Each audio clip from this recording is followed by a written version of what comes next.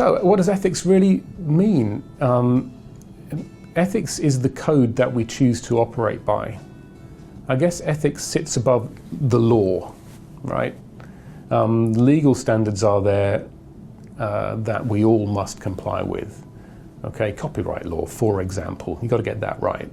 But then above that, there's the standards that we hold each other to, the community, I suppose, holds itself to, that reflect what is acceptable kinds of behavior. So it's often less black and white than the law. It almost always requires a judgment call to be made when you're considering how to manage an ethical situation. But it's all about the things that you choose to do that could have an impact on other people. So for example, if you're choosing the list of authors, that list of authors really does need to reflect who did the work. Otherwise you're doing harm to somebody who made a contribution to your piece of work. Okay? The same goes if you are looking at your author list and you want to include someone who didn't really make a contribution.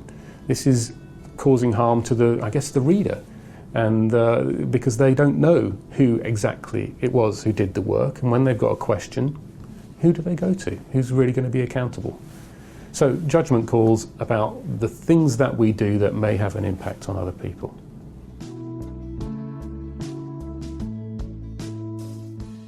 Welcome. In this module, we'll briefly revisit the topic of authorship and remind you of some key points that you will originally have encountered in Learning Paths 2 and 6.